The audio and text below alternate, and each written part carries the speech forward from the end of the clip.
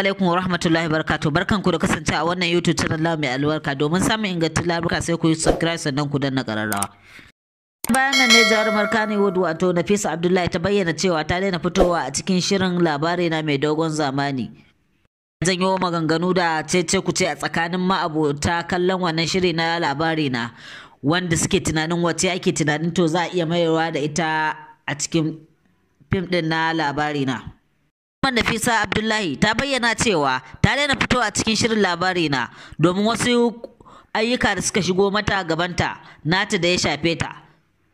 Tana mai bayyana ga mabiyanta da su yi haƙuri dalilin ta daina fitowa a cikin shirin labari na mai dogon zamani, sai dai tana mai kira ga fans ɗin nata cewa su ci gaba da kallon labari na mai dogon zamani domin ƙayatar da su da ita ko ba ita.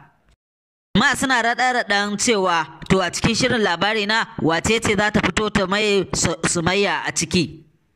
Ma suna faɗin ra'ayinsu, wasu masoya ga Fati Washa suna cewa ko ita ce ta dace, wasu kuma suna faɗin cewa ko kuma Ummi Rahab ce ta dace, ko kuma wasu suna faɗin